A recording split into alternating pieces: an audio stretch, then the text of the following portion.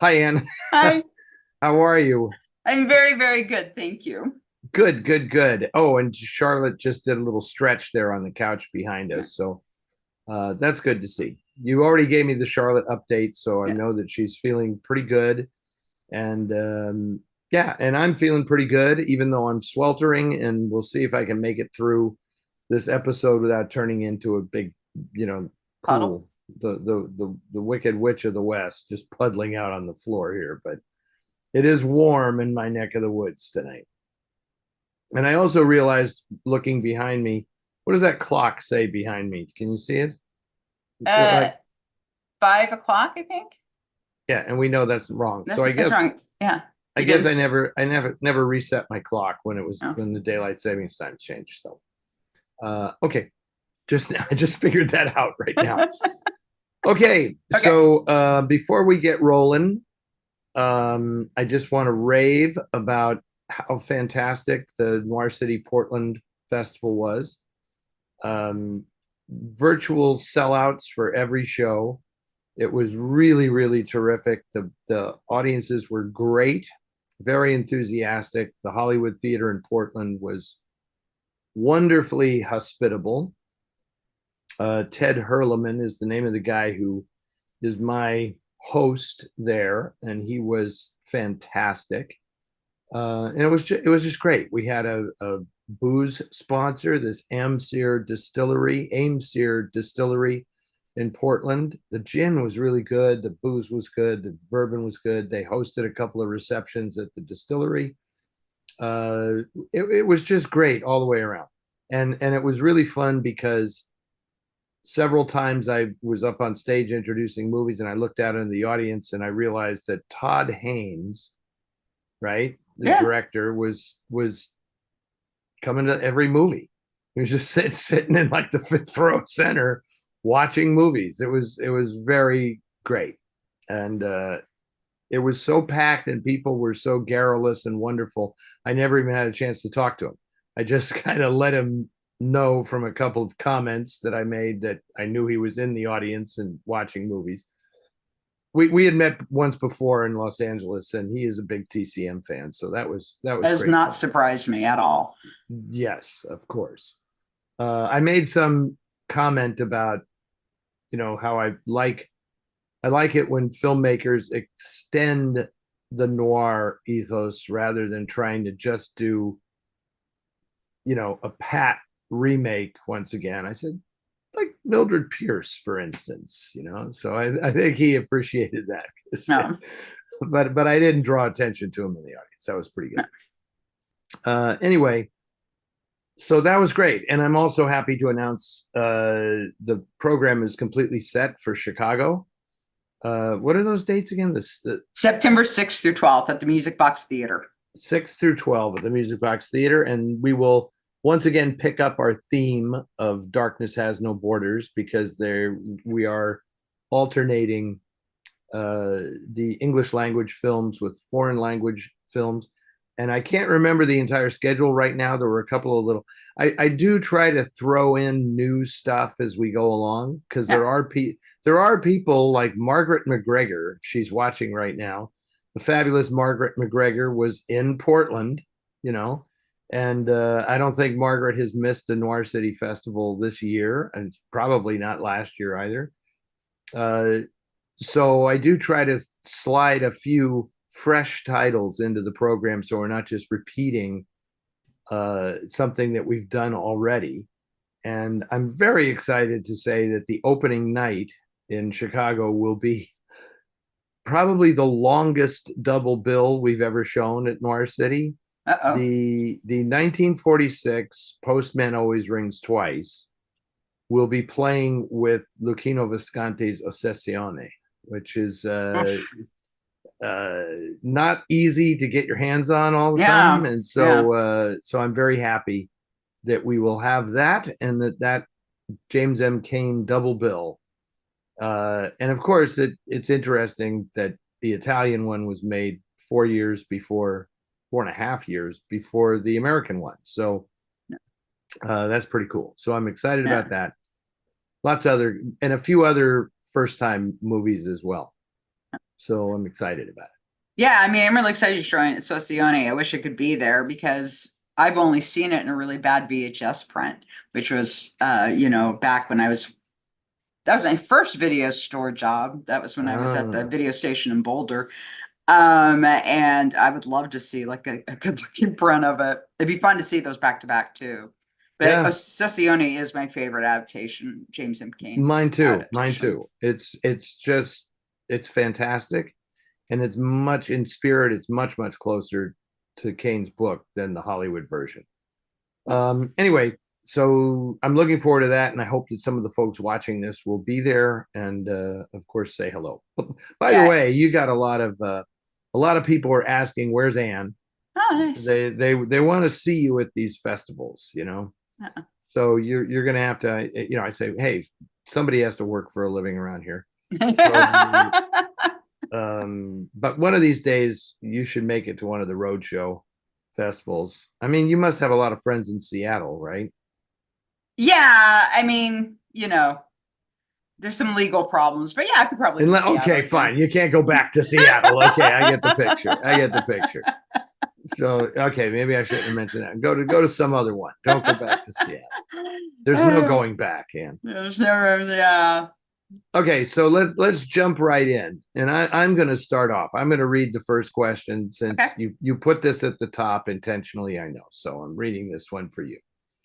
Okay, and this is our buddy, of course, who is it's like a three-way show now because Michael from Post Falls, Idaho, is like in every episode. So Michael says, since she has raved about Mia Goth's performance in X and Pearl, which I've finally been able to see, I'm sure Anne was one of the first to see Maxine, the finale of Ty West's horror trilogy, which opened today. So this is a new one. So Yes. you snuck this in ahead of some of the older questions Yeah. because we're curious to hear Anne's evaluation of the film and whether it met her expectations. So what do you have to say, Anne? I liked it. Actually, it's funny because I want to go a second time. So I've had to cancel twice going the second time, but I am going next week for the second time because I really kind of want to watch it again. It's good. It really captures 1980s Hollywood and like especially like how like sleazy Hollywood Boulevard and stuff was. I mean, it really Oh yeah. captures that. There is a video store featured, always a plus for me. Um, and it's interesting because the characters obviously, it's like 7 years later and things have happened to her, but it's a really good, like it opens up with a quote from Betty Davis, which Well, I thought that's was always really, that's a good start. yeah. So that was really cool. And yeah, it's interesting. So I've been watching like different reviews and stuff. There's a really excellent YouTube video that a young woman did that I thought was really great, which is part of the reason why I want to see it a second time was because of her comments. And that's on my personal Facebook page, which is open. So if anybody is curious to find that review, it's posted there. And I'll put it in the comments here too as well when this runs on Facebook. I liked it because it was completely just like with every Ty West film, he's doing simply like a different style of film. And in this one, it's very much like a 1980s thriller, you know? And so it's Mm-hmm. really interesting because like even down to like the two cops that are investigating these murders that are happening feel like straight out of an 80s film. Like the way they're dressed, the way they interact with each other, the two personalities and stuff. So it's like this really amazing like attention to detail in that. It really feels like the 80s, which I liked very much. And Mia Goth is incredible because you're kind of seeing her basically she's been in porn and she auditions for a horror film and she gets the part. So it's sort of about, okay, well, she's trying to start on in this film because it's her chance to kind of go into legitimate. I mean, it's a sequel to a horror film. So it's the Puritan 2. And the horror film was obviously something that was really big, but this was definitely like an 80s horror film and stuff. And it's kind of funny because the British director of the film, who's a woman, um, is kind of going off about it. And it's kind of funny because you're going, lady, this is like the sequel to like a 1980s Yeah. horror film, but good. I'm glad you have a vision. And so sort of in this conflict, her past comes back to haunt her, and there's these murders that are happening. And so she's trying to not let it interfere with her finally getting her big break. So it's with her very much her ambitions, because ambitions and yes, because stuff. Mia Goth is a great one for showing the naked ambition of these of the character, you know, Pearl and of Maxine and the whole thing. So And I had, yeah, and some people kind of criticize, well, you know, it's just like her character, so she's just fixated. And it's like, yeah, that's how she would be. That's how she's going to yeah, get ahead. She is fixated well, on, that's why or that's her driving force. I so wanted to see it when I was in Portland, because it was actually showing at the theater where we were doing the festival. And I every time I turned around, I was just staring at the poster. And the poster is such a beautiful crystallization of the character, because you know she looks like a Hollywood star, but she looks completely nuts and crazy on the Yeah. poster, you know. So it's that fine line, and I think I will probably go see it tomorrow. I will actually go see it in the theater tomorrow. Yeah, I think So it's definitely worth seeing in theater because this is visually stunning. This is the most money he's had to make a film. And he's always been a very good filmmaker, but this is mhm. more budget than he's ever had before, and it is really impressive. And it's everything. I mean, it's the costuming too. I mean, like all the little details, all the mise scene and stuff is really amazing, but it's really nice Did to see him you get a bigger budget. did you happen to see on social media, which I try like hell to stay off of, but there are some people I just check in with. Oh, there's a nice little breeze that just came in. And I follow Paul Schrader's Facebook page, and he made a comment because he saw Maxine last week, and he made a comment that I thought was really interesting, asking people like why there are some filmmakers who clearly have exceptional talent, which he said Ty West did. So why do they stay in the horror genre? Why hasn't he moved out of the horror genre into something else? Okay, well, I don't think there's anything wrong with the horror genre. Well, yeah, that was kind of like I started to formulate a response and say, well, maybe that's like asking somebody back in the 40s, like, why did Robert Siadmak only make film noir Yeah. in the 40s, right? Because it was the genre that spoke to the time. I mean, and Yeah. I really do think that horror movies are kind of speaking to this time, you know, Yeah. not behind the scenes and in the content of the films themselves. Now, Yeah. granted, Maxine is like a throwback, you know, it's like it's about previous eras. He hasn't made a contemporary one yet that I've seen. Yeah. I don't know, you probably know if he has, but Yeah, he did one called The Sacrament, which I would really like you to see because I think you'd really like it because it's kind of like a found footage, except it's shot really well. And it's a very Jim Jones like mm, charismatic preacher, and I don't want to give too much away about it. Well, I mean that does kind of give everything away, but certainly, I mean you do know what's going to happen. But it's really good, and that one is contemporary. And he has actually directed a Western, which I have not seen. I need to watch that Western that he directed. But yeah, everything else is pretty much so film he noir. does. So he doesn't just, well, the what was it called? The one about the preacher, The Sacrament. the Sacrament. That, but it sounds like a horror film. I mean, I mean, in a way, but it felt kind of more like a drama thriller though, because it's really about personality. Because this guy is basically his sister invites him to this place that she's been living in, you know, with this in this cult and stuff, and he's concerned about her, but he works with documentary and filmmakers, so they all go together. And so it's a little more on I see. the I would call it more of a psychological thriller almost. So it's really a drama. Okay, so And so yeah, he has directed outside the genre. So it's yeah, yeah. yeah. I mean, I I mean, he wouldn't. just has had, I guess these are considered more mainstream successes. When he hooked up with Mia Goth, I think things went in a different direction. So Yeah, and really, Maxine's really more of a crime thriller than a horror film. Like it's very much like an interesting. '80s crime thriller. That's So what it it really struck me that is. it looked kind of like a slasher film. Yeah, I mean, there's some elements of giallo in it, definitely, and there's some pretty intense gore in a couple scenes. But to me, it's more, but it's really, I mean, it's really a thriller, right? Because Okay, it's, good. Good. I'm glad to more hear than a that. horror film. I think people that didn't necessarily watch the other two could go in and enjoy this. And I think a lot of people are seeing this film that didn't see the other two, from what I understand, because the I box see. office is so much higher. And like I'm seeing it like Well, on those its, other two yeah, came out during COVID, so yeah. Well, there was that too. yeah. Yeah.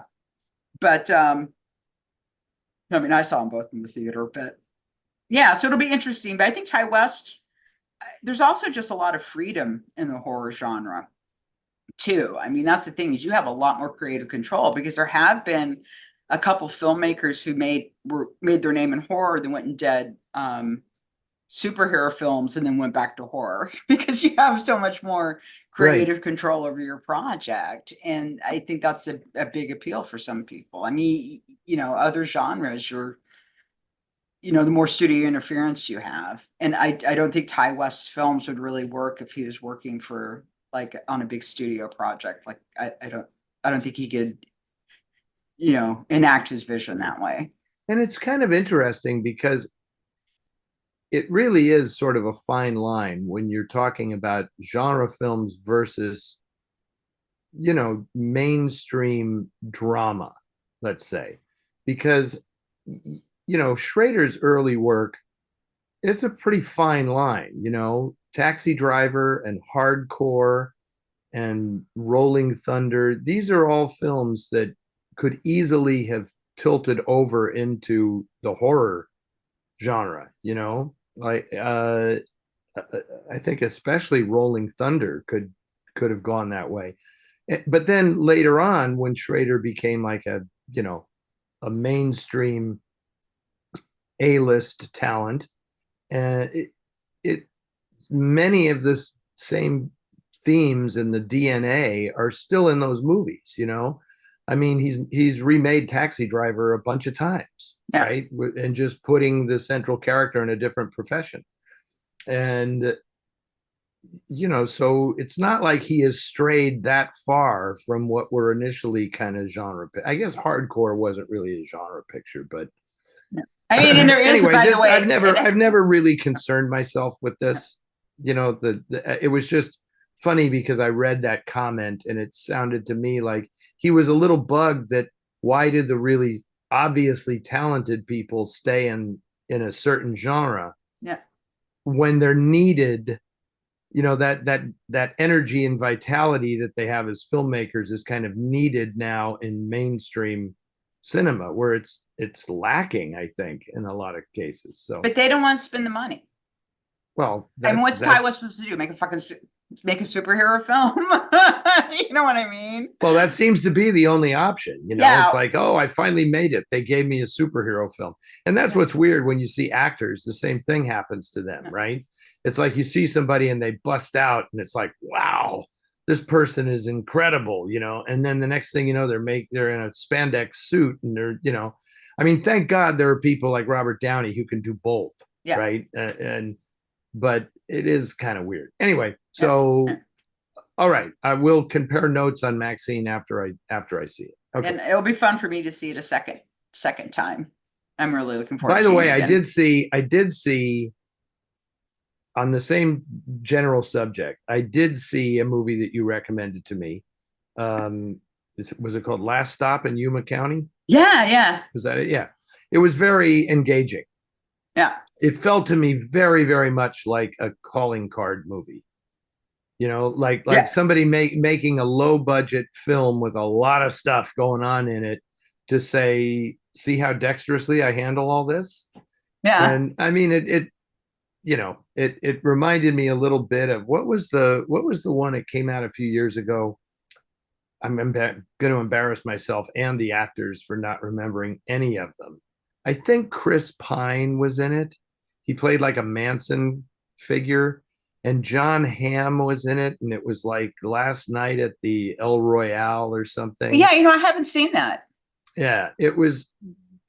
It kind of reminded me of this movie. Yuma County reminded me of that because it's another low budget premise where a bunch of Yeah, characters end up at one location, desolate, abandoned in the middle of nowhere. So the way it works is that you write that script and then you find that abandoned location, Yeah. so you can take it over and there's no travel budget, there's no nothing. You just stay there and you make the movie. Nice, Charlotte. Nice butt. So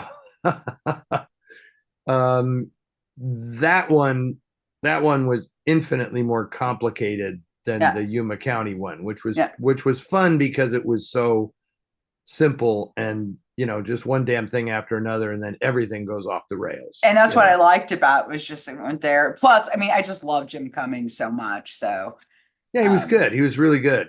yeah. And all the actors were good in that film. So it was Yes. good because not only and I'm embarrassed to say I cannot remember the director's name, but not only writer director, uh, not only was he good with the action stuff and knowing how to shoot characters in a confined space, very Felix Feist, but he got really good performances from Oh people. yeah. The casting was good. The bad guys were great. So I enjoyed it. It was a good watch. Yeah. Anyway, okay, moving. You get to read the next one. Okay. This is from Bob. I have a couple questions regarding film restoration. One, are either of you directly involved with the film restoration process? If so, could you please tell us more? Two, is it possible to tour any film restoration facilities? Any suggestions or recommendations? Bob. Well, I mean, I don't mean to be evasive here, Bob, but it kind of depends on how you describe the film restoration process. There's a lot of parts to this process. Like the Hollywood Foreign Press, who has given us a lot of grants over the years, they say, the restoration is not completed until the audience sees the film, Yeah. which I tend to agree with. Mm-hmm. So, and I, of course, am involved in every part of the process except the actual physical and technical restoration of the film. I watch it, I go through every phase of it, signing off on it and answering questions and things as they come up. But I am never in the lab, so to speak. I'm in screening rooms and talking with the people who do the work, but I do not go into the laboratory. And I have been to a number of the places that do this work, most specifically the UCLA Film and Television Archive, which is not a thing that is open to the public. They don't give tours of it because it's first off, it's out in the middle of nowhere now, and it's that just doesn't happen. Now I don't know about other places, if the Eastman House or the Harvard Film Archive or any of these places actually allow you to see anything. But the thing, Bob, is it would be boring as hell if unless you had a vested interest in what the project was. I don't really think it would be all that interesting to the average film fan who doesn't really. This is going to sound weird to say it this way, but you may not want to have the magic spoiled. When you watch how long and laborious the process is and how it um I don't know, some people think they're interested, and then when you really see the work that goes into it, it's like, really, that's boring as hell. It's like going to a film set, where you think it's going to be really exciting and then it takes forever. Right? I mean, there's like 2 minutes of action and 2 hours of waiting when you're shooting film. Yeah. So I wish I had a better answer for you, but that's pretty much it. Most of these places do not allow public access and tours and things because there's a lot, especially in the case of UCLA, there's a lot of money in there. And I mean, not just the equipment and everything, but the film collections and all that stuff. They don't take any chances with somebody that they don't know going in there. I mean, it took me like 2 years before they let me actually into the facility. Right. So that's that. Okay. Doug from New York City. This is interesting. I'm telling you, I'm calling up the New York Times review of books or whatever it was that republished this book, and I'm asking them for a finder's fee or a commission or something. You've mentioned Dorothy B. Hughes as the expendable man as an example of outstanding noir fiction not likely to be made into a film because of its controversial subject matter and themes. I have mentioned that book several times, but it can't, that's not the reason it can't be made into a film. It's not because it's controversial. So it's because it wouldn't be as good as reading the book, because the trick in the narrative is only a trick if you're reading it as a book. It can't be a trick if you're watching it as a movie. And I hesitate to call it a trick. No, it's extremely important. It's a great literary device. It's a tremendous literary device because it's written in the first person, and the book puts you in the mind of the protagonist, but it is not for a number of, it's not till a ways into the book that you have to rethink everything you've read so far, because the protagonist is not what you thought it was or who it was, right? So I find that very, very interesting. The movie could easily be adapted as a film, easily, but it would have none of the impact of the book. Okay. Another candidate that comes to mind is Jonathan Latimer's outlandish novel, Solomon's Graveyard, which is actually called Solomon's Vineyard. Would some of the works of, well, by the way, I got something to say about that in just a second. Would some of the works of Chester Himes likewise fall into this category? And might that explain why a few times they've been made into films where they're tamped down and done more for comedic effect? Well, Chester Himes' books are actually kind of funny. I mean, there is a great deal of humor in them.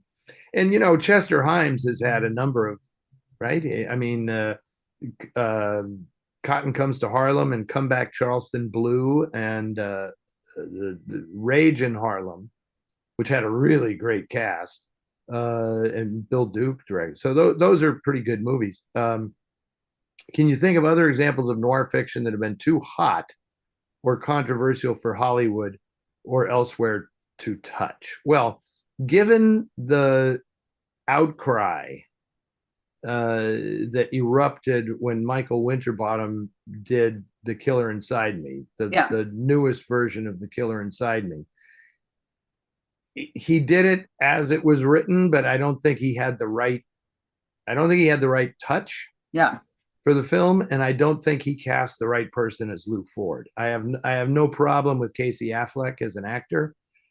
He did not have the humor necessary to play that character. I mean, the thing that's so unsettling about The Killer Inside Me is that the guy is actually funny. He really is. And he's a sociopath, and he thinks he's a riot, and he's always cracking jokes. And Casey Affleck was just not that guy in the movie, So when the violence happens, it's just ugly violence. It's not twisting your head around, because it's like, wait a second, this guy was a jokester a minute ago, and now he's beating this woman to death, which they graphically showed. So there was no, they were happy to make the movie, but the audience just turned away from it. So I think this is part of the reason that a lot of these things, and that's the thing, like if somebody wants to see that intense and that grotesque and that bloody, they'll go to a horror movie. And I didn't see that film because of the violence. But and also I didn't think Casey Affleck play the character was the other reason I didn't see it. So and I love that book. I love the book is phenomenal. One of the few books that actually gave me genuine nightmares. And I've read it like 3 or 4 times, and it affects me every time I read it. Like it inspires very weird dreams. But you should read the autobiography that Thompson did, because he talks about the inspiration for that character, and it's a really scary story. And this was now which book was this? Because there've been a lot of Thompson biographies. No, it's his autobiography. He wrote like 2 small autobiographies. I think it's Roughneck Oh, Roughneck. Yeah, I have Yeah, not yeah. read Roughneck yet. Oh, it's worth it just for the story. It's a really scary story. Okay, cool. I will definitely look for that. So that's part of the reason. I think that the controversial stuff in noir, I think the audience that appreciates noir kind of tends to turn against the cinema adaptations that are really violent and unpleasant. Um, so they just stop doing them. Now, interestingly, I think I mentioned on this show before that David Mamet is a big fan of Noir Alley, and he a couple of weeks ago I got a package in the mail, and I don't know if it was because he heard me mention him on Noir Alley. I can't remember what the last film was that I showed that would have been written by Jonathan Latimer, but David sent me a copy of Solomon's All Vineyard, a right. paperback copy of Solomon's Vineyard, which of course I have 5 copies of this that I've Well, you collected can over give the me one of years. your copies because I've been trying to find a copy of it Okay, and I haven't okay, been able to. will do. And I Yeah, read it again. yeah, I'm honestly, it showed up and I said, huh, interesting. I haven't read this in a few years. And I read it again and it is berserk. I mean, it is really, really a fun, completely inappropriate book. That is why this could not be made today by no major studio or anything is going to go near this just because of the casual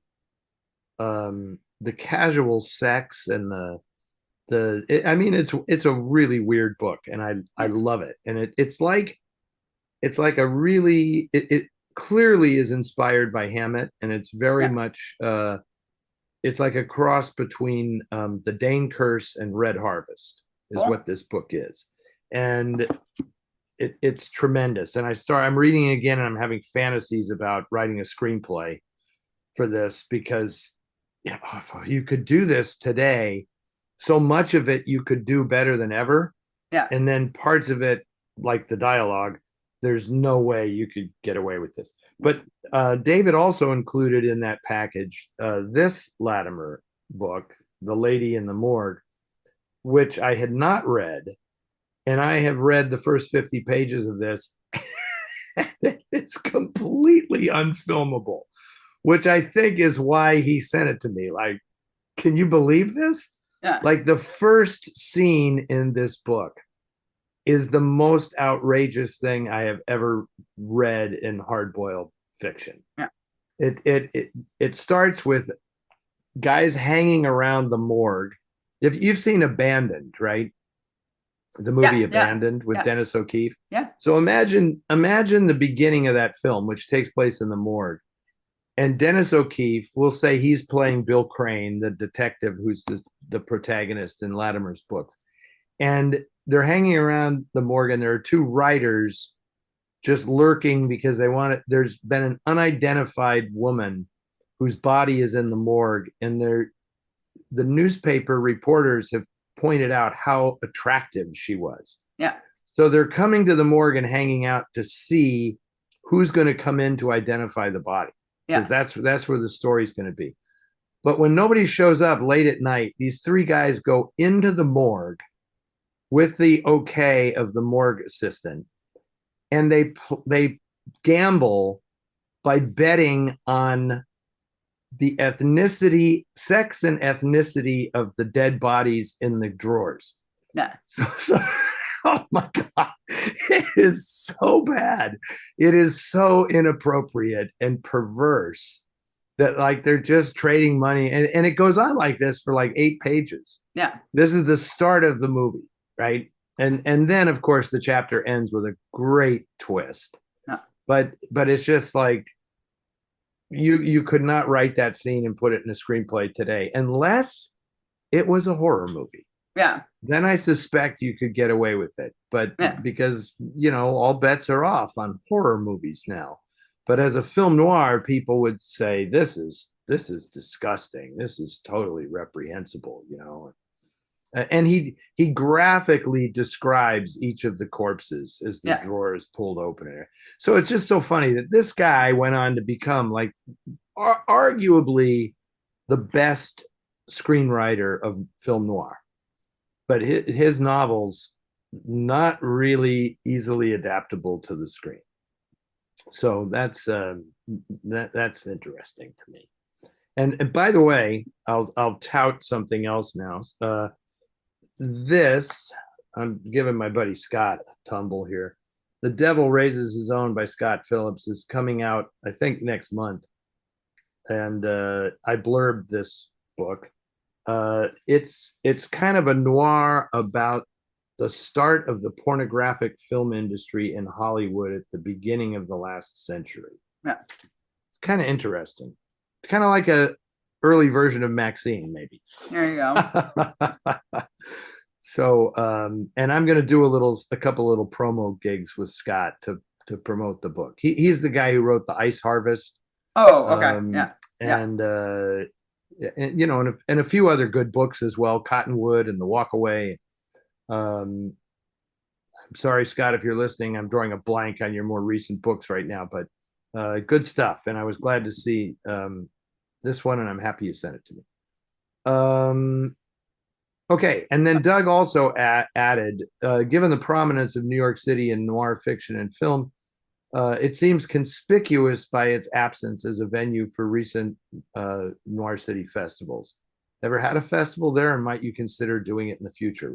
We must get ask this every other show. And we get it on comments all the time. Every time I post about a new North City festival, they're like, "Are you coming to New York?" And I will give the same answer briefly that I always give, which is, you know, we like to do a specific thing with Noir City. So we want a vintage movie theater. There aren't that many in New York City that qualify, or if they do qualify, they're just too big. You know, we don't want to I don't want to go into like a 4,000 seat house or something. Yeah.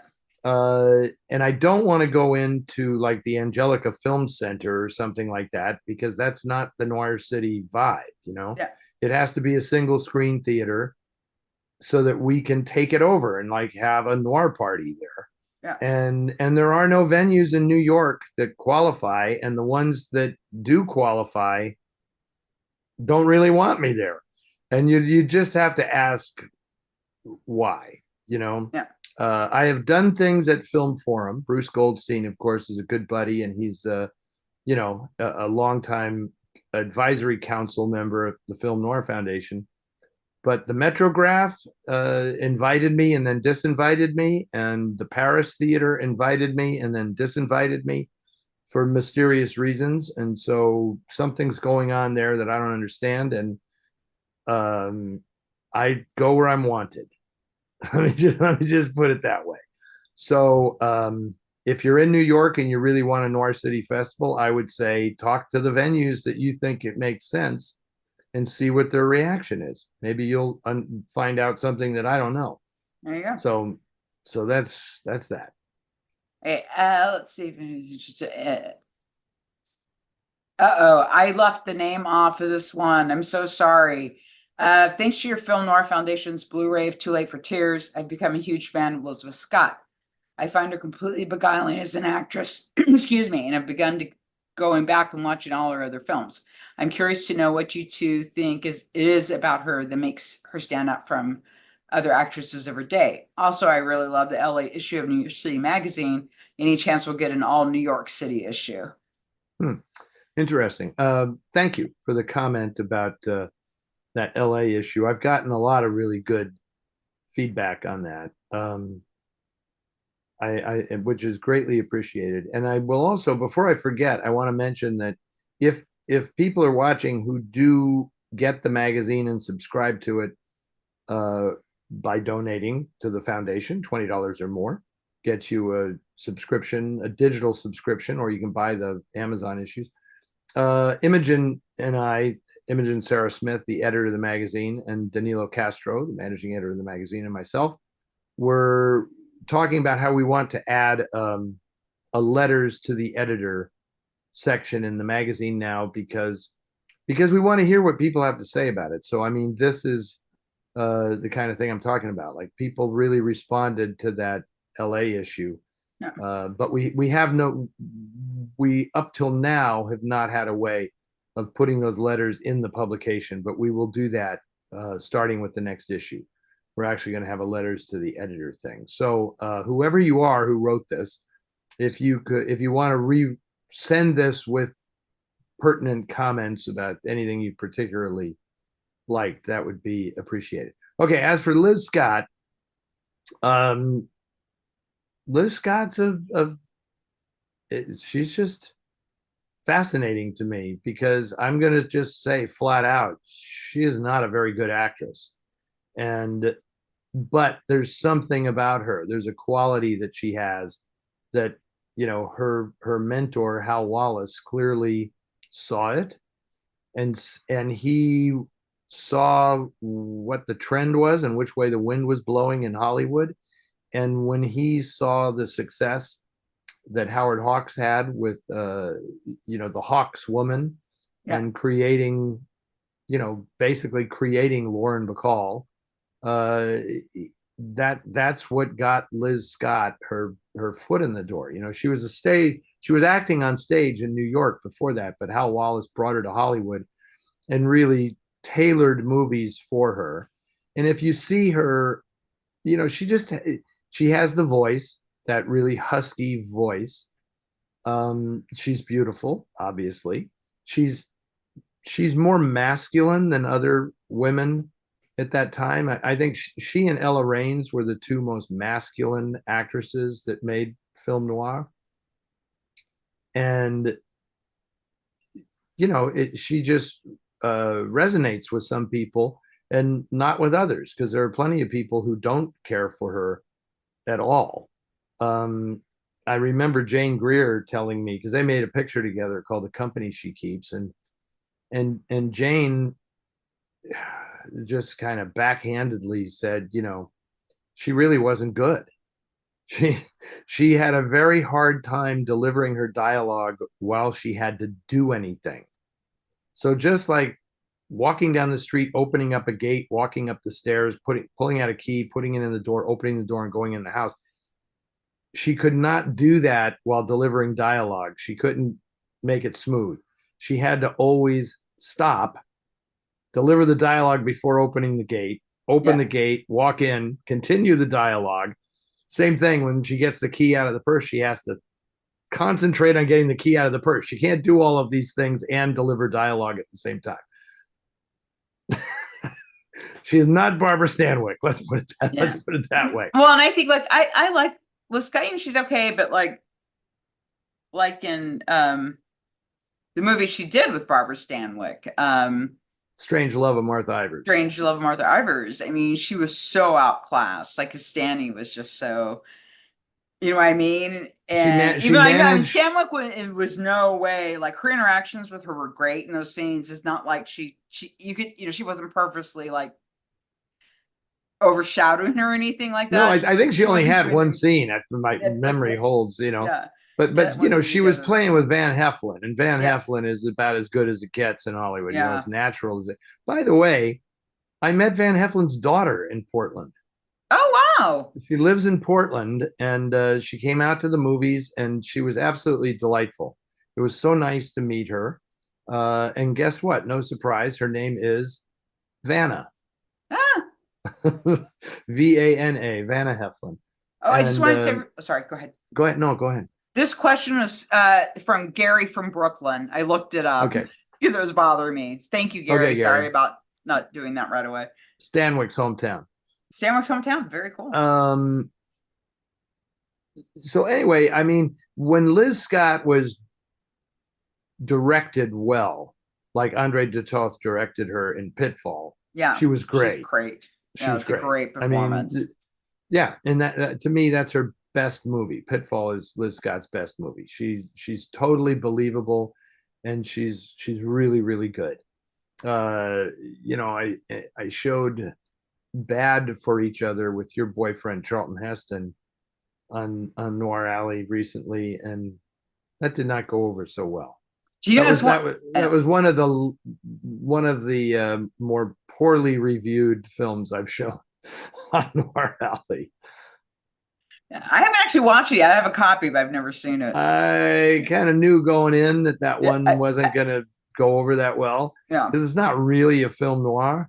But I always am on for the Memorial Day holiday, and I have to try to find a movie that somehow connects to veterans, Yeah. and so I've shown Active Violence, I've shown Crossfire, I've shown other things as well. But finally, I got around to Bad for Each Other. Charlton Heston's a returning war hero, obviously. So we're stretching the Memorial Day theme. Uh, anyway, but I enjoy Liz Scott very much. It's always a plus when she's in the movie.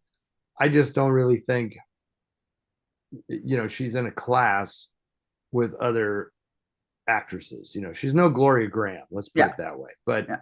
um, but please, I don't want people to think I'm ragging on her or something. No, I I mean, like her too. she did the most with what she had, Yeah. and it's not a ocean of talent we're dealing with here. But she sure looked great, and man, when she's in color, it's extraordinary. Like Desert Fury, when the close-ups of her in Desert Fury are worth owning the Blu-ray of it just for that. So anyway, that's my take on Liz. Okay, and then okay. Oh, it's kind of a Also, tie-in yeah, question. what about a New York issue, all New York issue of Well, the all Mercy New York, Magazine? I'll bring it up with Imogen. Imogen lives in New York, She so seems, yeah. yeah, she might enjoy doing that. Um, some of the best stuff we've done. I mean, we've done articles in the magazine about New York movies, and I don't like to repeat myself, but in the LA issue, we didn't just stick to classic cinema. We stretched it into contemporary cinema because we wanted to tell like the story of LA. So I'd be curious to know if something like that could also be done with New York. So we might put our minds to it. So we know now we have Gary casts one vote for that idea. So that's good.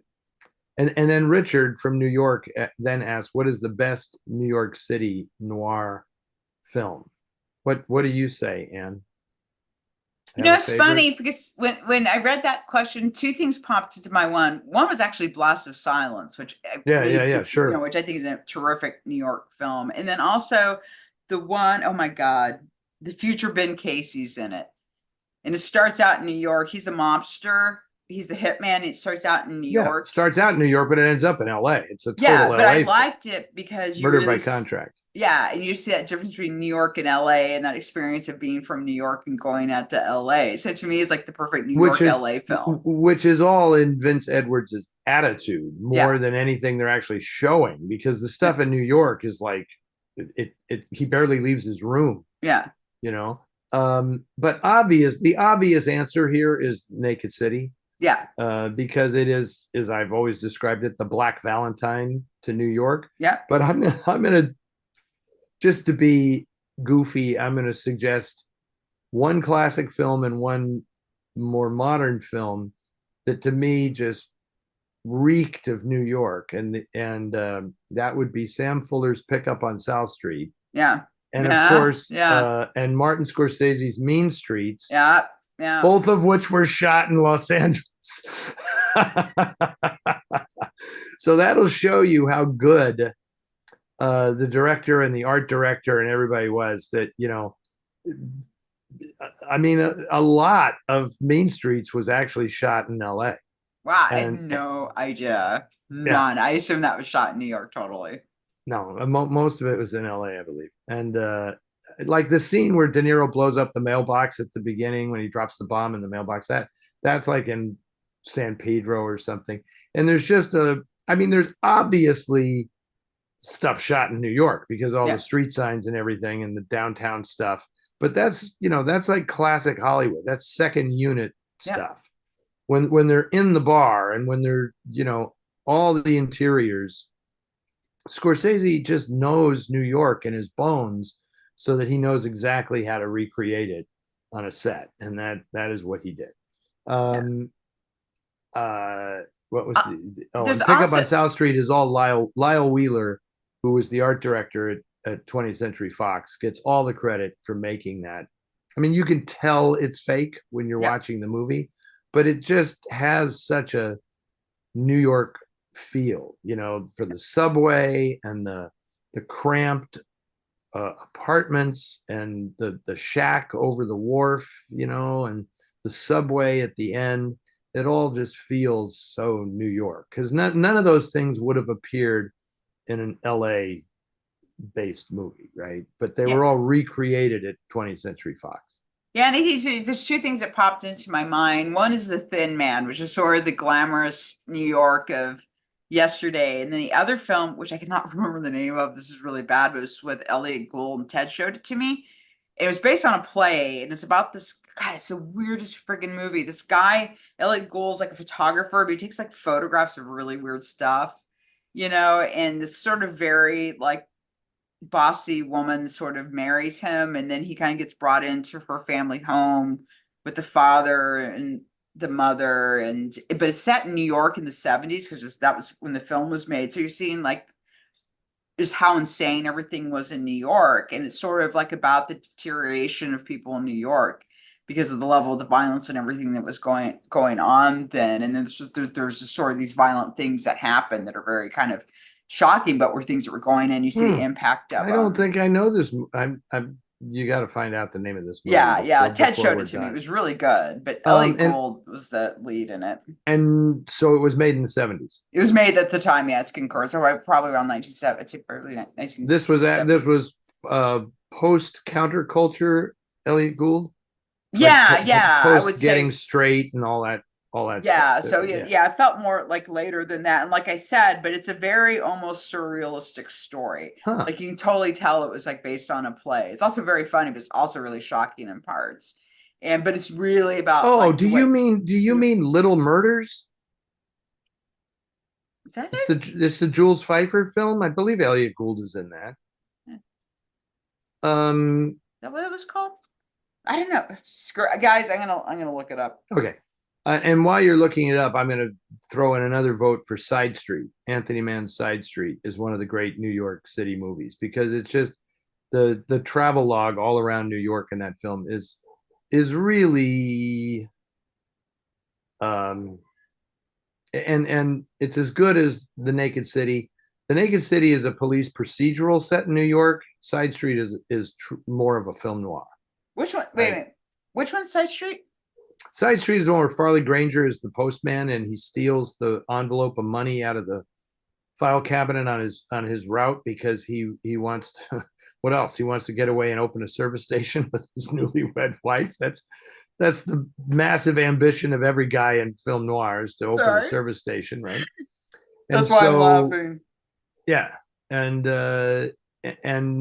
and then it just turns out he stole the money from the wrong guy, and everybody's after him, and he's just is running like hell um, through New York through the whole thing. It's funny. It's in the retelling. It sounds kind of like a Cornell Woolrich story, but it doesn't really have that vibe. It's more of just a chase film, and it's really good. Farley is great in it. And you are correct. The film is Little Murders. Little Murders, yeah, Jules Pfeiffer. And Yeah. Jules Pfeiffer, I'm not going to get up and walk over here to get it, but Jules Pfeiffer also did a noir graphic novel very, very late in his life. Jules Pfeiffer, who is one of the essential cartoonists in American history and also a playwright, uh, he did this graphic novel, which was really pretty entertaining. But in the end, it was so amazing because he dedicated the whole thing to Turner Classic Movies. Oh, wow. Because he said that I did this entire thing while sitting at the drawing board watching TCM. Oh, That that's was so pretty cool. nice. That was pretty Yeah. nice. But he did it before I was on TCM, so I would have liked to think that he was watching Noir Alley on TCM and it was inspiring him. But I think I wasn't on yet when he actually wrote that. So anyway, but that was kind of fun. Okay, who gets to do number 6? That is me. This is our friend John in Silver Spring, Maryland. See you this What? fall, John. Yeah, you will. What's up with female cab drivers in noir? I recently watched 2 o'clock Courage on Noir Alley with Anne Rutherford and the female lead playing a cabbie. Of course, the other notable examples is Joy Barlow, who bounded suggestively in a taxi with Humphrey Bogart in The Big Sleep. And although not a noir, Betty Garrett plays the lusty New York cabbie Hildy in the musical film On the Town. I've often wondered if female cabbies were a real thing or just a device for film characters. Uh, John, one of these days we're going to restore Jealousy, the 1945 film Jealousy, so you can see the best female cab driver, played by Jane Randolph, in that movie. She's great. Um, I think female cab drivers were a real thing, mostly during the war, because there were fewer cab drivers to go around. So they actually employed female cab drivers during World War II. But I think there aren't a lot of them for obvious reasons, right?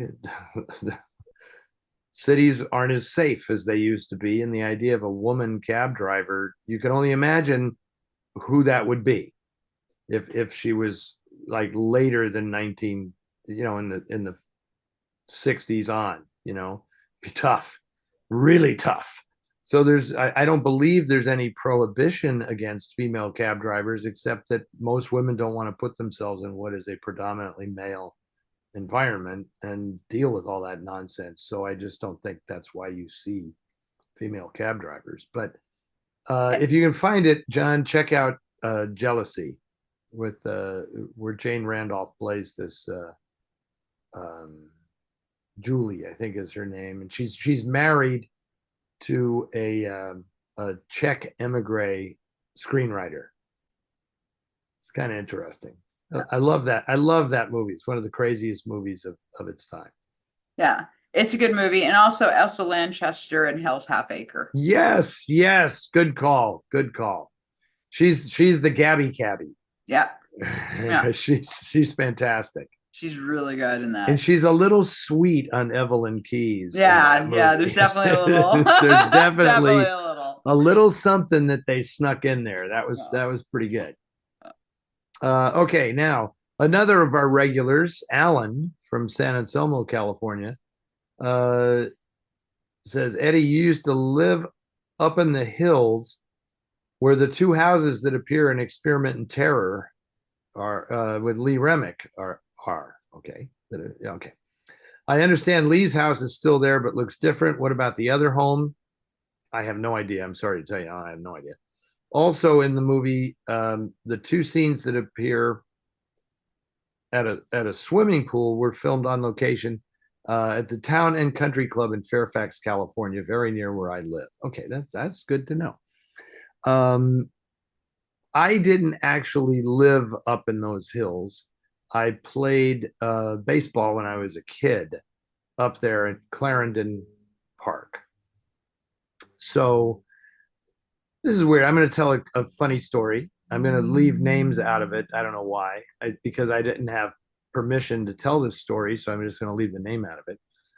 But there is a woman who works with TCM now, who is one of the angels who kind of saved the network when things went sideways a while back, after the merger of Warner Brothers and Discovery.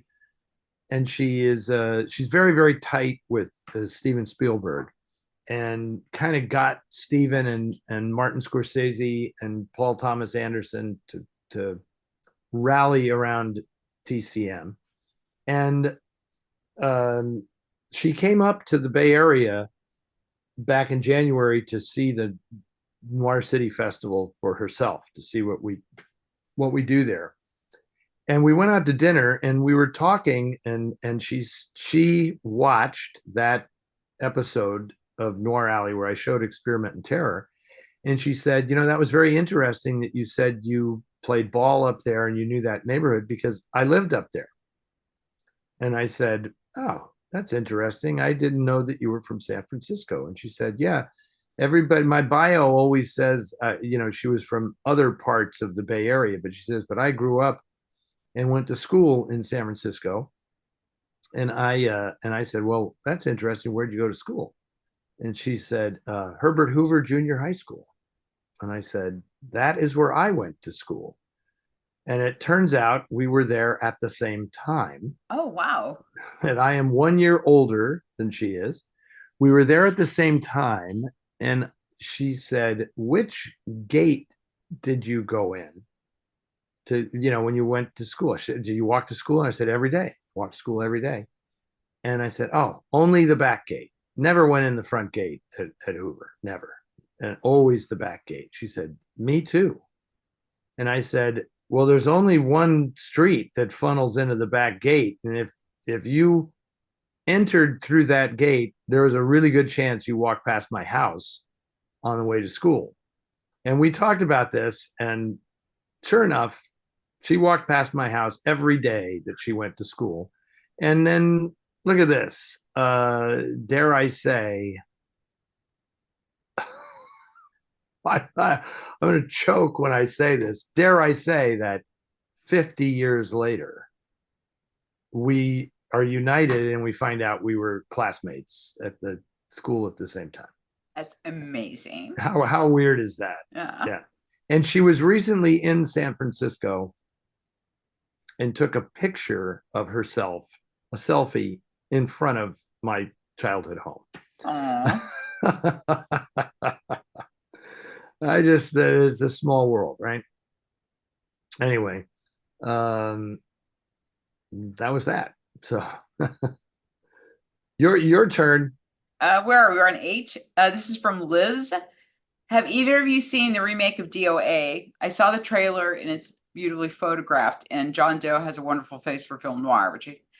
Please let us know what you both think of it. I have not gotten a chance to see it yet. Nor have I, which I'm embarrassed to say because the filmmakers really, I think the guy's name is like Kurt St. Francis or something. I can't remember his name now. They really, really wanted me to show the film at Noir City festivals, Yeah. but I kind of stay distant from new films like that because that's not our mission. That's not what we do, and I don't want to open that Pandora's box. Like if I show one new film like that, then I'm afraid I'm going to get all kinds of people submitting films. And it's like, that might be something interesting to consider as an adjunct to what we do, but I don't want to get it tangled up in our essential mission at this point. I will say, however, that the next issue of the Noir City magazine has a review of the film by someone who has seen it. And it actually, the story compares all 3 versions. Well, 4 versions actually, because there's the original German one that Robert Siodmak directed back in 1931 or something. It's not exactly the same plot as d.o.a, but it's considered to be the inspiration for d.o.a. And then the Rudolph Matte, Edmund O'Brien version of the film, and then the Dennis Quaid, Meg Ryan 1980s, I guess it was 80s or early 90s version of the film, and then this one. This one is in black and white, of course, and I agree. John Doe, who is very much a noir guy, if people who read the Noir City magazine might remember that it might be a couple of years ago now, we had a story about the intersection of punk rock and film noir written by Chris D, who was the songwriter and lead singer for the Flesh Eaters, which was a very prominent LA punk band. And it's just interesting because he was a contemporary and friend of John Doe's and all the people in X. That was John Doe's band. X with Maxine Cervenka and DJ Bonebreak and Billy Zoom. That was a hell of a good band. And actually I saw those guys together in San Francisco, at the old Kabuki, before it was turned into a movie theater. It was a nightclub, and I saw a number of shows there. And it was really interesting because um, when I met Chris, at, Chris would later become he worked for the American Cinematheque in Hollywood. And when I was doing my very first noir shows in Hollywood, uh, I met Chris, and we were talking, and I just kept staring at him like I know I've seen this guy somewhere, and I like music. I like all forms of music. I'm not like such a deep punk aficionado that I recognized Chris D immediately from the Flesh Eaters. But as soon as, because it was just too far, it's like this woman and I going to the same school. It was like too weird to think like it's that guy.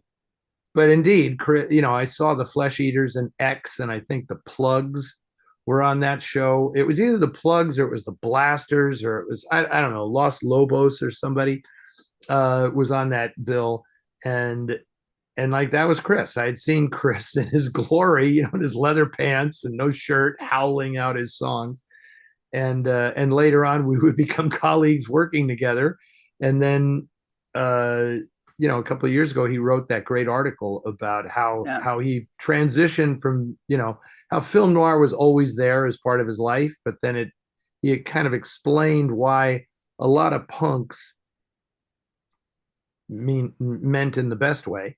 A lot of punks like he and John Doe, Nick Cave, all these people, uh, gravitated to noir fiction and films and drew a lot of inspiration in their music from these things. So I thought that was kind of interesting. So I am eager to see the new DOA. Yeah, I want to see it too. And also, just a side note, Brendan, my ex, is really, really into music. He used to run away from San Diego and come up to San Francisco for punk shows, by the way, all the time. Anyway, but I still remember he said to me, he said, "You're friends with Chris D on Facebook." And I was like, "Yeah, he yeah, because in North City, Hollywood and stuff." He goes, "And don't you know who he is?" Ah, ah. And I was like, "No." And he was just so shocked that I had no idea, because that's how he knows him.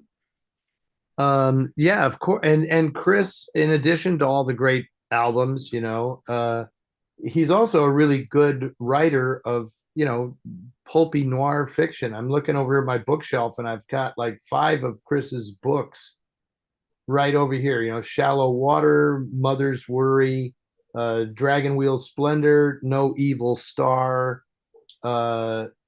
No Evil Star, which backwards is Rats Live On. Oh, Just anyway. Um,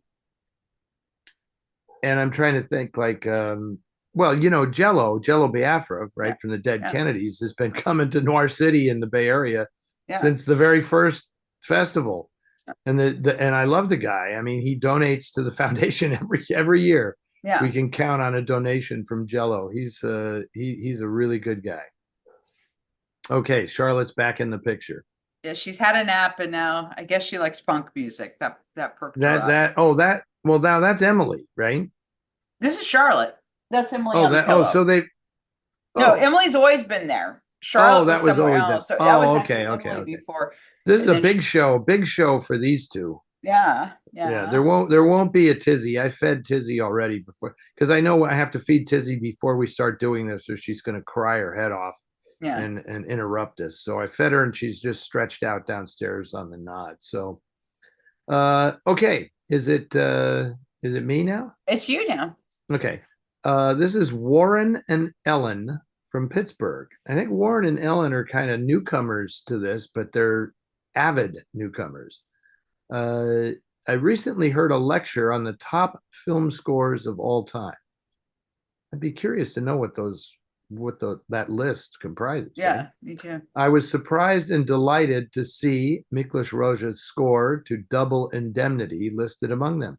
It seems so rare to include the score of film noirs in discussions of this genre. I guess he means in discussions of great film scores. Do you think that the Double Indemnity score belongs on a list of the greats? Would you suggest any other scores that especially move or enlarge upon the impact of a noir film? Thanks. Um, well, I have discussed this a few times in the past, but Anne, do you have a particular score that you really enjoy? This is not a film noir, but one of my all-time favorite music scores is, believe it or not, from a Roger Corman film. But it's Haunted Palace, which was part of his post cycle, but is actually based more on the Cthulhu mythos and stuff. But I love the score to Haunted Palace. It is just Huh. one of my all-time favorite scores. It's a very well-regarded score. Like, I think on the Blu-ray I have it, they actually have a separate track for it. And my dear friend, I had a very good friend. I lived in Seattle. My friend Lisa, she's no longer with us, but she would direct plays locally, and she would do the children's theater like every year. She do a project with these kids. It was always really cool. But like in one of them, she used music cues from that specifically for me. Oh, So when I cool. went and saw the show, I would hear them. What was really bad was the time she did a vampire, she did a Dracula adaptation, and she put in all these references to Dark Shadows. I literally started laughing at one point, which is really like, you don't want to laugh at the room full of kids' parents. But she would just, yeah, she just would stick stuff in because she knows I laugh really loud, and Yeah. at some point she can do it Oh, right. I'll set off. you'll just burst out laughing. Yeah. And you'll get a kick Inappropriately. out of it in I'm slouching. Sorry, I'm slouching down. Um I just have gone over the manu or the not the manuscript, the layout of the new version of Dark City Dames. Yeah. And you'll be happy to know that it does contain a photograph of Joan Bennett as what's her name, Charlotte Stoddard or something like that, the matriarch of the vampire Oh family in Dark yeah. Shadows. Yes, Yay. because I think she did like 300 episodes of that show Oh or yeah, something, she right? was one Yeah. of the she when she would take a vacation. And not only that, what was cool was like she'd bring her own jewelry, which was really nice of her. And Because I she would, would have these, and she loved doing that show because it gave her a whole new uh yeah. Elizabeth Collins. It gave her like a whole new Well, it audience. was Yeah. Elizabeth. That's right, Daughter. Elizabeth Collins Stoddard. I think Yeah. that was Yeah. her name in the show. Yeah. And it was so funny because when I was researching that, I found this great quote from her where they asked her about that show and how it came to her kind of later in her life. And she said, it's an absolute joy. She says, I feel absolutely like a Beatle. Oh. Because she was so popular with kids who never saw her movies. Yeah. And then, she went on and she did, the movie House of Dark Yeah. Shadows. And of course she did Argento's Suspiria. Suspiria. Yeah. So Yeah. she had a pretty good, she had a lot of movies there towards the, not a lot of movies, but a pretty good finish to her career, I have to Yeah, say. which is nice because not everybody gets that. And she did have this sort of No, no. rebirth, at the end of her, her end of her life, and I think that's really great. And I think it would be thrilling if you're an actor to kind of like have a young fan base again at that age would have been amazing. It must be weird, like yeah. But anyway, that was not Yeah, the question that right. Warren and Ellen were asking. They were asking me about film scores. Film scores, yeah, I love the jazzy ones. I love, the modern jazz quartet score for Odds Against Tomorrow. yeah, that's a great I score. love, the 50s scores, I will confess, and I know my friend Steve Smith is watching this because he always watches. He's so kind. And Steve is a savant when it comes to musical stuff. And he wrote the biography of Bernard Herrmann. He wrote a biography of Max Steiner. And it, must kill Steve to hear me say that I like the 50s scores, the jazzy 50s scores, Yeah. more than I like the orchestral scores of the 40s. Uh, it's something I'm learning to appreciate more. Yeah. Among those composers, I mean, there's obvious ones where the music takes center stage and it's fabulous. Movies like Humoresque and Deception. Obviously, Bernard Herrmann's score for Hangover Square Yeah, that's a is great score. phenomenal. And I love his score for On Dangerous Ground, which Yeah. I have the soundtrack album for that, which is wonderful because most of the noir collections, they give you the main theme for the film, and then that's it. But uh, with the Bernard Herrmann stuff, like on Dangerous Ground, they did the entire score, all the incidental music, all the stuff in the past, everything is included, and it's just fabulous. And just for Steve's benefit, I'm gonna say that the other day I'm gonna struggle to remember. No, I won't. It was The Man Who Cheated Himself, a movie that we have restored, and we programmed it in Portland, and I was watching it, and the score is by Louis Forbes, who I believe, if I'm not mistaken, was a colleague of Bernard Herrmann's, and which I think I learned from Steve. And I could really hear the Bernard Herrmann influence in this score, like the repetition of a certain motif, and it was, I really enjoyed the score a lot. And I have to confess, we restored the film, and I never really paid attention to the score until this last time I watched it, and it was like, wow, this is really good. I think he also did the score for The Prowler, this Louis Forbes.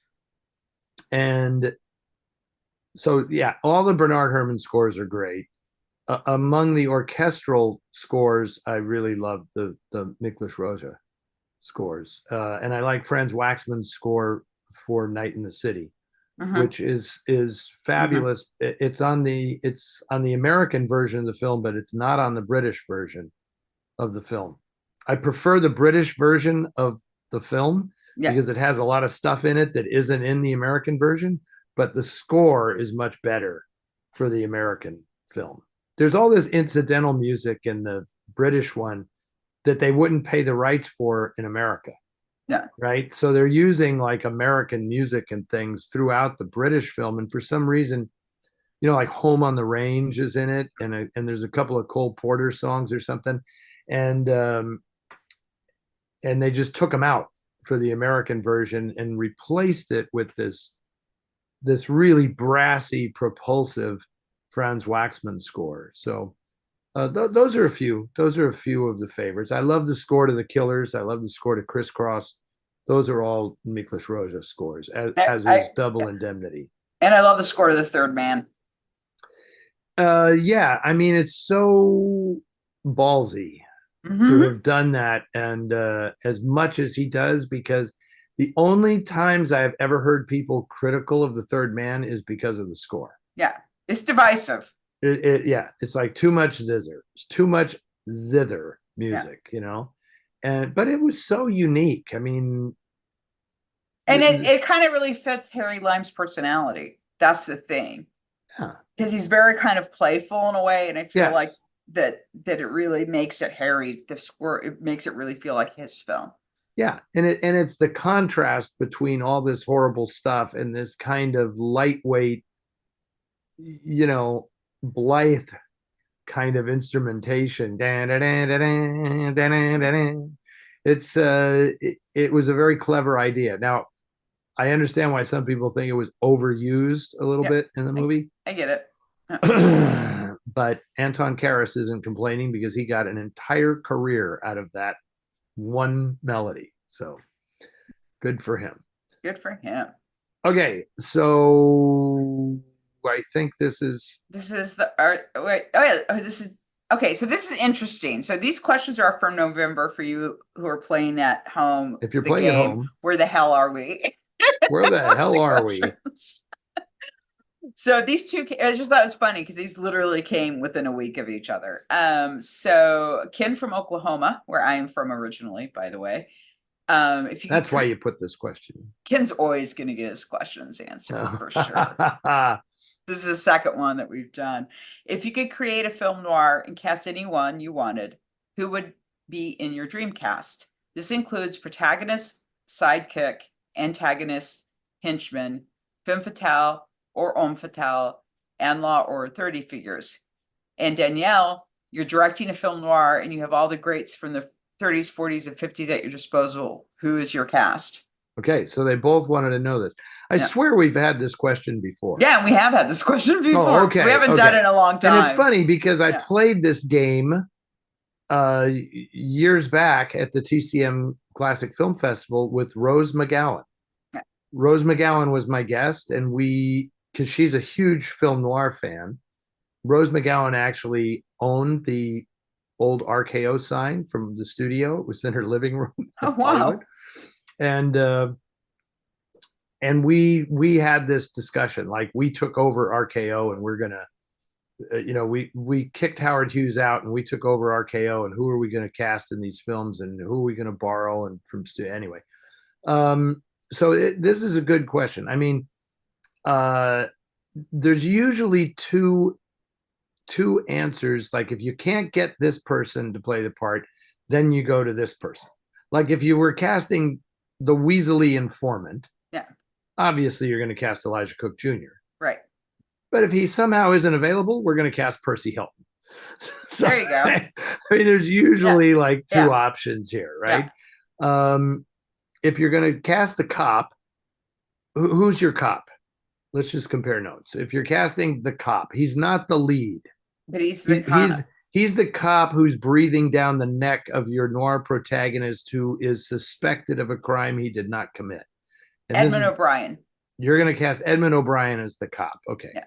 I'm going to cast Regis Toomey as the cop, because awesome. I think he played it more than anybody else. I mean, now if you're casting the juggernaut cop, you're going to cast Charles McGraw, right? Like an armored car robbery, or Loophole, where he's the cop, or he's actually not a cop, he's an insurance investigator in that film. But he's scary. He's scary tracking you down. Okay, henchman.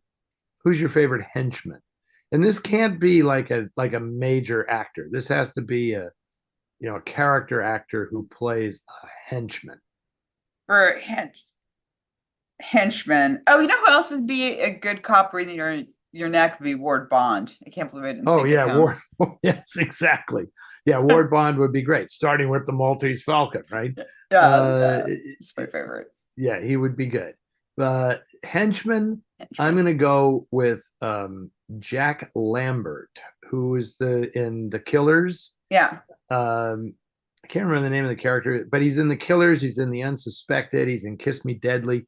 He just has kind of a goon's face. That's so funny because I was thinking of the other henchman in The Killers. Well, of course, there's Conrad and William Conrad. I mean, that's what I thought of. Charles McGraw and William Conrad. Yeah.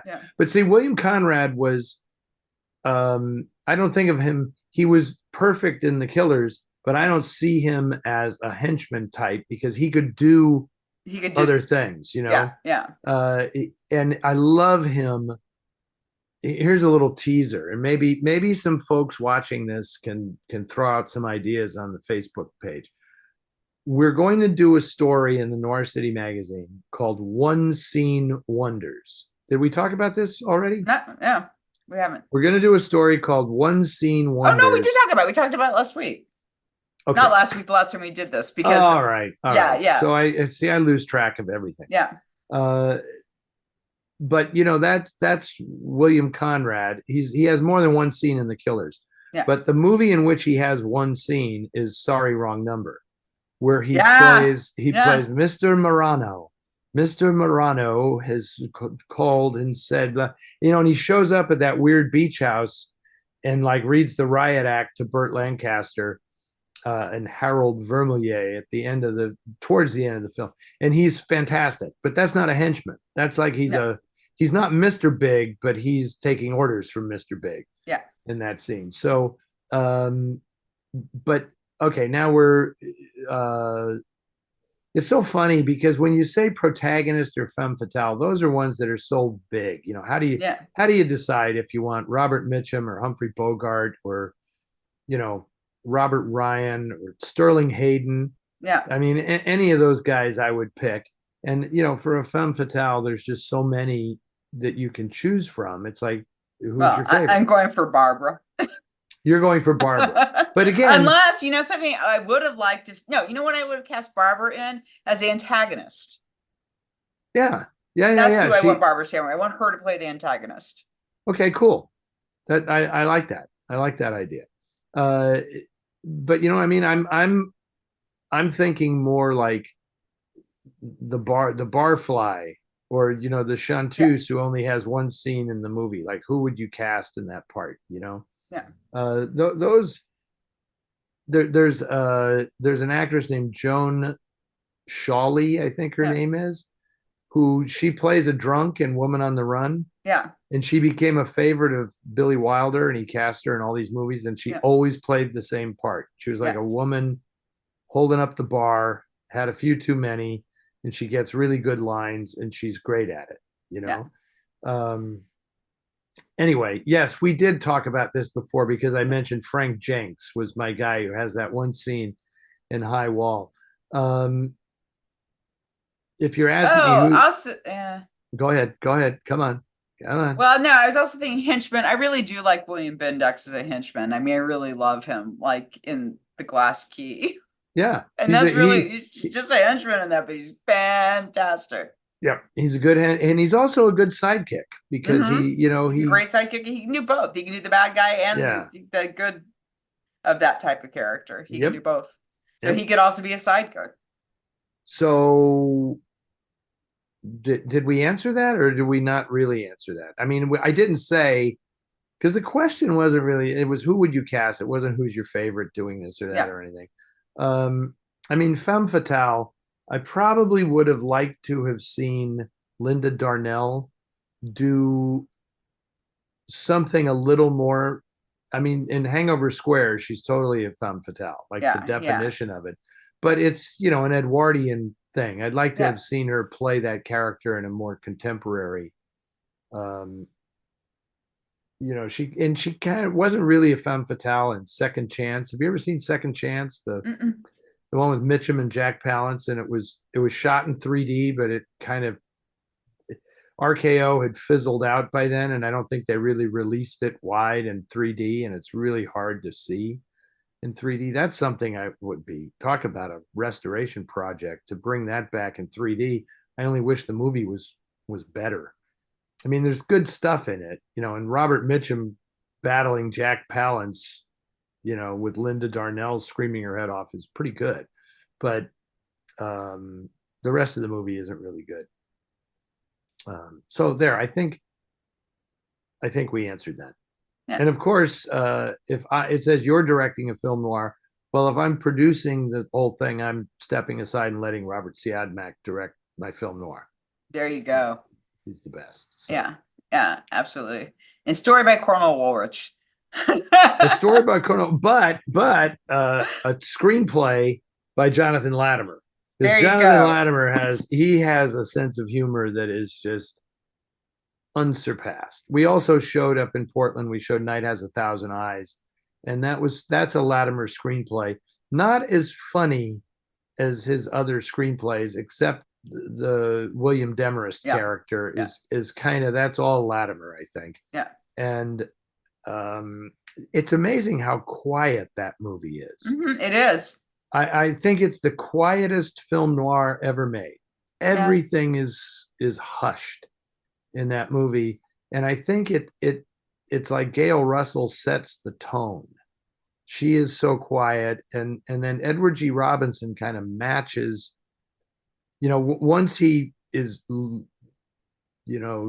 struggling with his powers of perception, he's so bothered and flummoxed by this whole thing that he gives the most unusual Edward G. Robinson performance, Hmm. because he's quiet. Like, Hmm. it's like watching The Man Who Cheated Himself and not having a scene in which Lee J. Cobb explodes, right?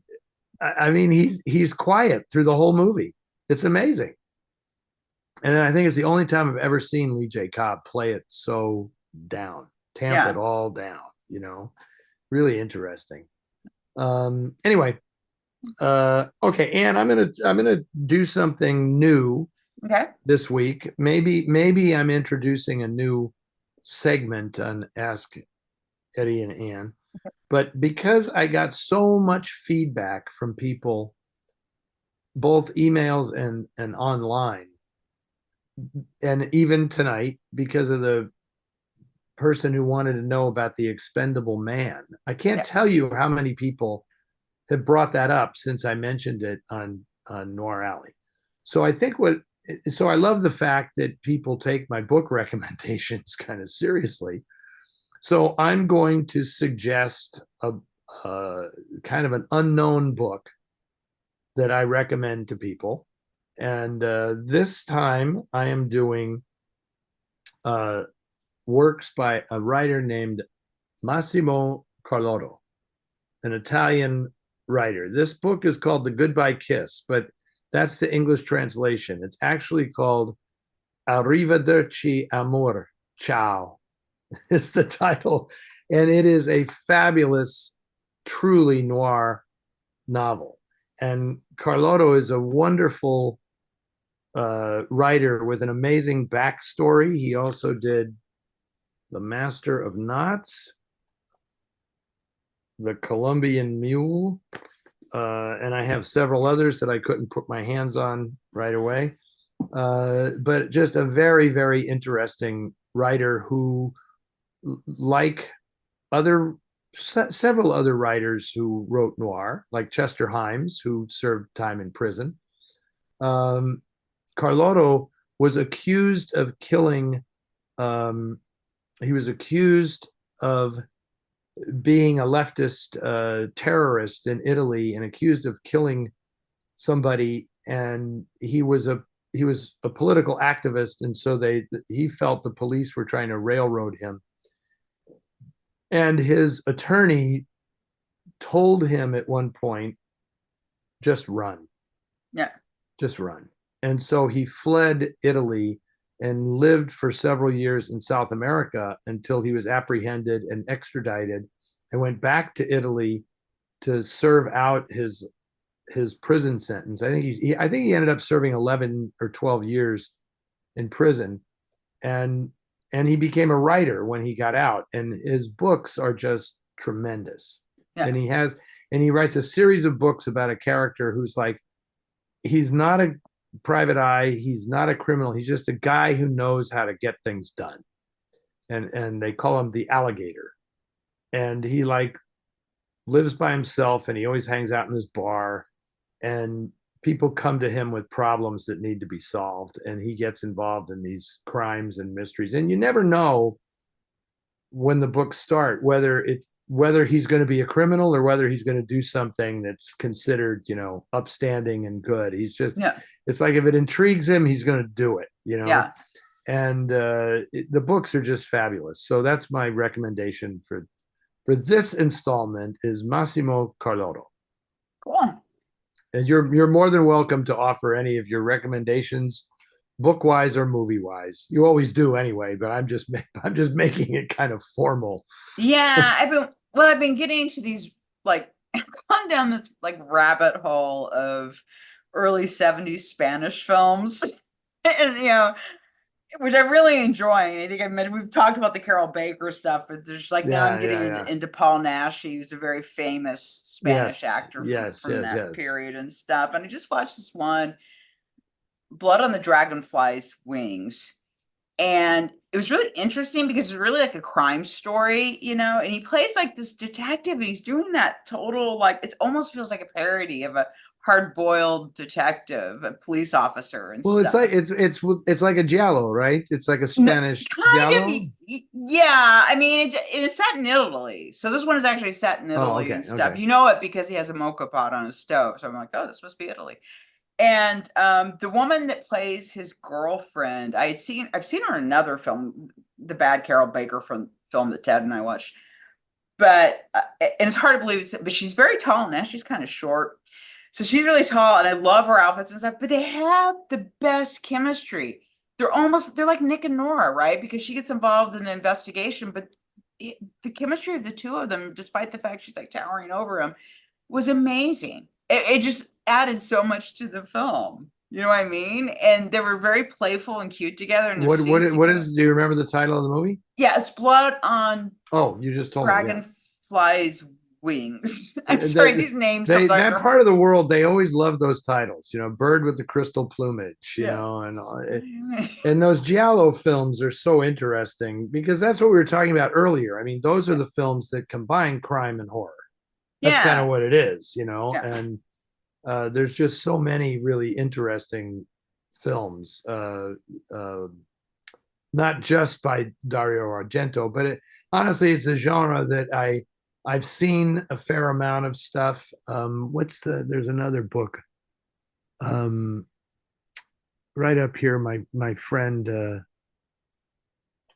Kayla Janice wrote this book, and I'm looking for it and I can't find it, about one of these filmmakers. So, um, but I really enjoy that stuff, like where it starts to veer into like really kind of weird, gory horror, but they're really just mystery thrillers. Yeah, and this one too just has like a lot of strange things about it.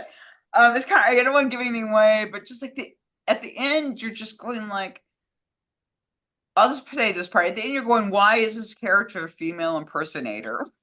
Have to do with the rest of the story. Unlike some American movies where the female impersonator thing is the hook to the whole No, damn it story, literally has nothing to do with the nothing to crime. do with those It crimes. just, that character Interesting. that just happens to be what he does for a living. It's like, Why not? why Why not? not? It's Someone funny, thought of when I was growing up and I was looking at, the sleazy horror movie listings and things in the newspapers, there were all these movies and I didn't realize they were all like Italian, because they were translated, Mhm. dubbed, brought over here, and all those Giallo stuff, the Argento stuff, and movies like Torso and all this stuff Yeah. were all foreign films that were sold in the mainstream cinemas dubbed, because Hollywood would never make these movies. Yeah. Anyway, interesting. Okay, and we've run really long tonight. Oh my gosh, we But did. it was very enjoyable. Yeah. That was great fun. I hope people enjoyed it. Me too. I Uh, hope you stay till the end. So you I got hope you my, stay to the end. Well, that's part of the thing. I mean, I know that people, when they respond, they say they appreciate um, getting so many recommendations for things to watch and listen to. yeah, Who knows? Maybe we sold some Flesh Eaters albums. Who knows? yeah, that'd be great. And it's just good. That's all we talk about. We talk about movies, books, and music because honestly, it's all I care about. Yeah. Is there anything else? Oh, there's plenty else. Does it make me feel good? No, none of it makes me feel good. We're all going through the same thing, and I think people tune in to listen to us because tonight it's an hour and 43 minutes where they don't have to turn on the TV and see how screwed up the entire world is. So I'm glad we can help in that tiny little way. That sounds Okay. good. So we've already plugged all the festivals and stuff, so we're doing good on that. And just after Chicago comes Detroit. Yeah, and I don't want to Detroit get has too put the far ahead of schedule myself. up, by the way. Detroit, the schedule is up, so people who want to go to the Redford Theater website, or just, I think we link through from Noir City. I think we can actually link through to their site. I have not written up an article on Detroit because I was too busy writing up Chicago since Chicago was first, but I will write up Detroit and put a link in the article for that. Yeah, and like probably tonight I have to go and write all the program notes and everything for Chicago, since we now have locked the schedule. So that'll be the next thing that I have to do. So all good though. Okay, Ann, it's a pleasure. I'm still here. I'm whole. I didn't melt away. But man, am I eager to go downstairs and have something to drink. So I bet you are. I'm gonna go take my meds and get to sleep and have Charlotte curl up with me. Charlotte likes to sleep on me, so perfect. Charlotte and I have our plan. Okay, excellent. Thank you everybody for tuning in, and we'll see you either here next time, or maybe we'll see you at one of the upcoming Noir City festivals. Or both. Okay. Good night. Bye.